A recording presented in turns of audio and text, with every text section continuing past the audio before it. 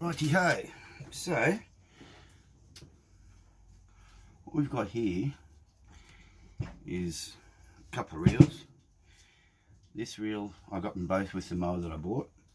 They both look pretty much identical. They both seem pretty new. Both of them painted fire truck red. This guy is pretty complete. It's got bearings on it and it's got the shields. It's the old school type of shield, so that dome faces the bearing. So in other words, we've got bearing, dome, and then reel. So the concave part faces the reel, and the convex part goes against the bearing.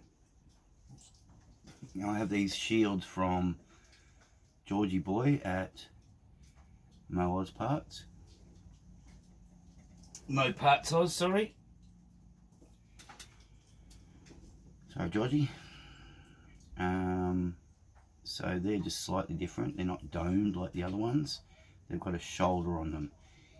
He tells me with good confidence that that shoulder goes towards the bearing to separate the bearing out a little bit. So that is how they need to be put on.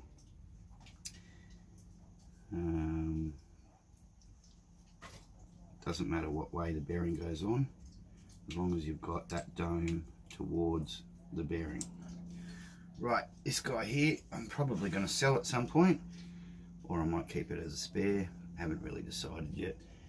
My other mower is going to be a groomer, so I don't really need it for that.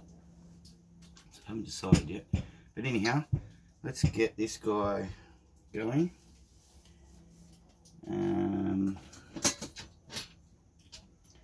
The table that I normally put my bigger things with holes in it like this is got the mower on at the moment, so I'm going to have to use this one, which is fine. It'll work well. So again,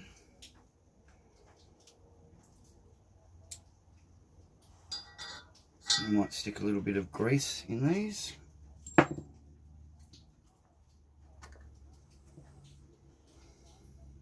I've cleaned up that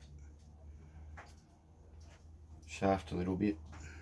It was a little bit surface rusty. I'll just stick a little bit of grease in these bearings.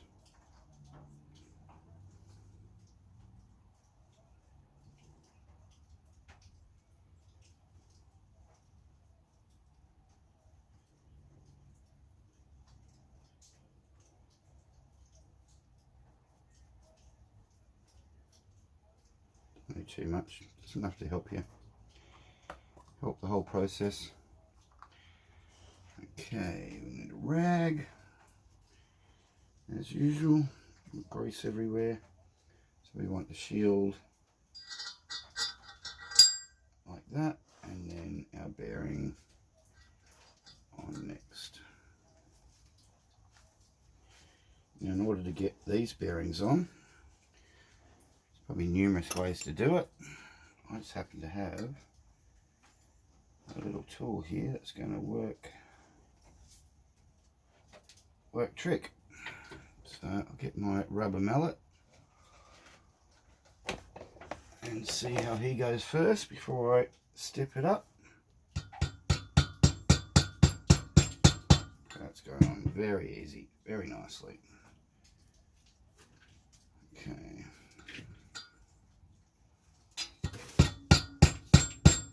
I might do, let's get a bit of wood to save my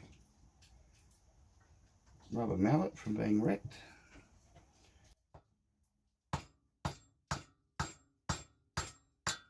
Oh, pops on. And as you saw then, that popped on beautifully. So we've got our shield, our bearing, and the end of our shaft there. Okay.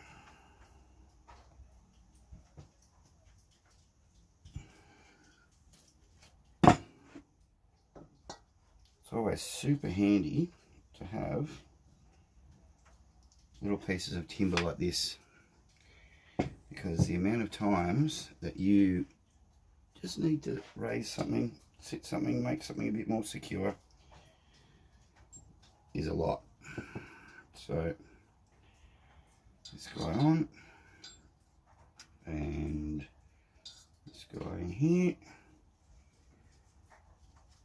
We'll get this guy, actually this guy here, because there's no, it won't go much deeper than the actual bearing itself. So I'm just going to start with the mallet.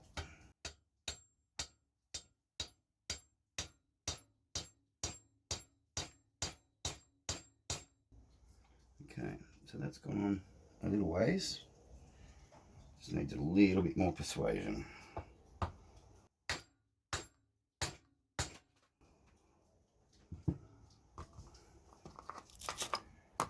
When I say a little more persuasion, apparently a fair bit more persuasion.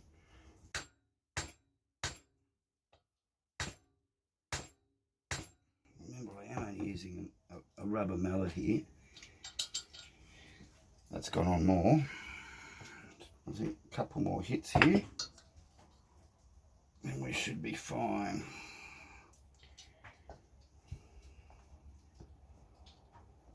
Everything here's going nicely. Okay, a couple more hits, I think we'll be home.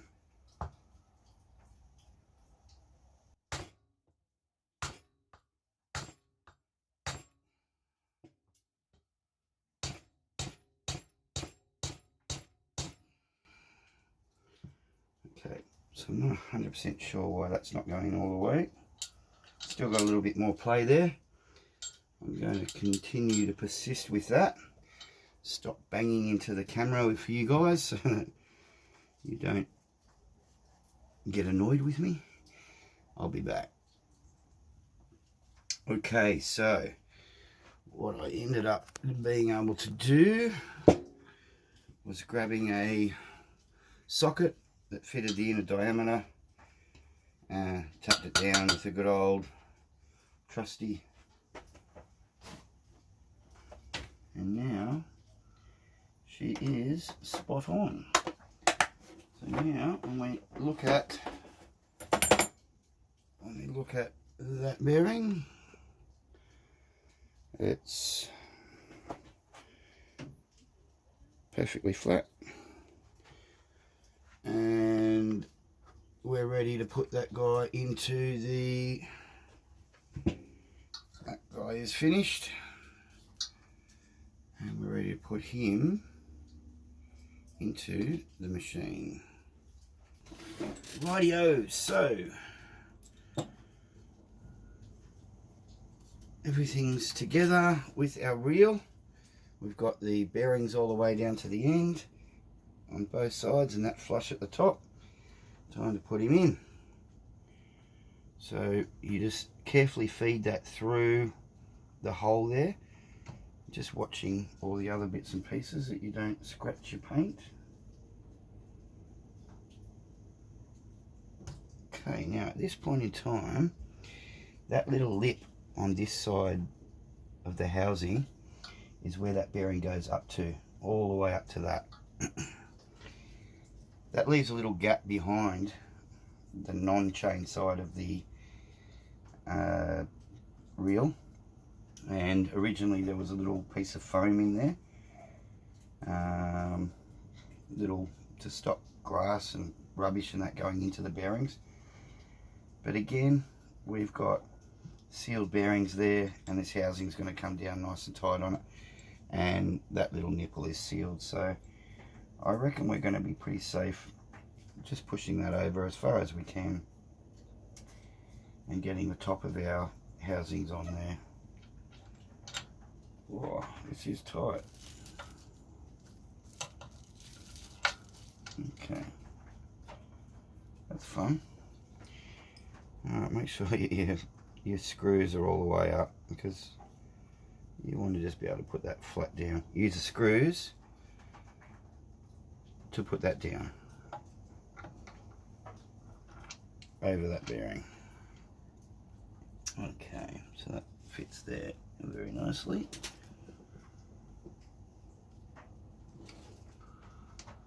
Let's just check something there quickly.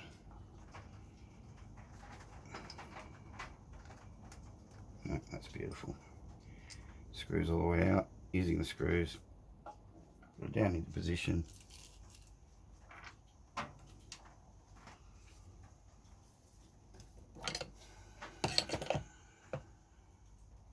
Grab your screwdriver. Got a nice big heavy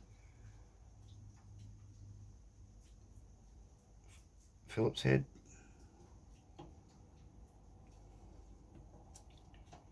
Just gently start them in. Make sure you've got your alignment correct before you commit to the thread. Now I'm going to, before I do anything, I'm going to try that without the top of the housing. Just make sure I'm not going to have any problems. And glad I remembered right now, we want to stick on our anti-seize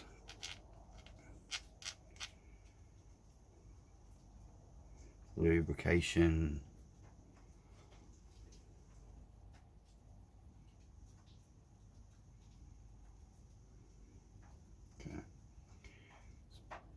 It's important to try and remember to put this on all your bolts.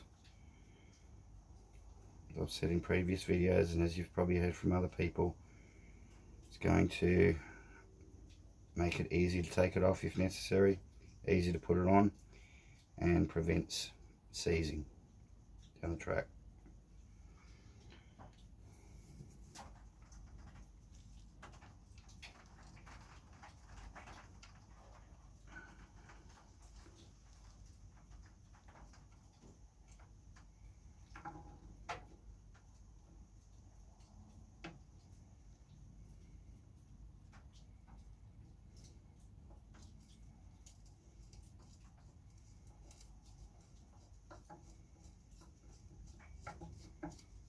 That's beautiful.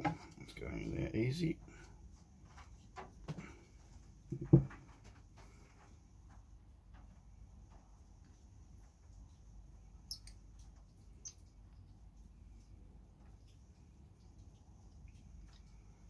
Okay, I'm going to go ahead, lubricate these bolts, put them in, do the same on the other side. I'll be right back. Okay, so that's the last one done up, and they can be done up quite tight. Remember, a lot of these bolts at the moment are still somewhat finger tight. Those guys there, that's a finished job, and oh my goodness, how good does that look? How nice does that spin? Okay, that's great. So that's the cutting reel installed.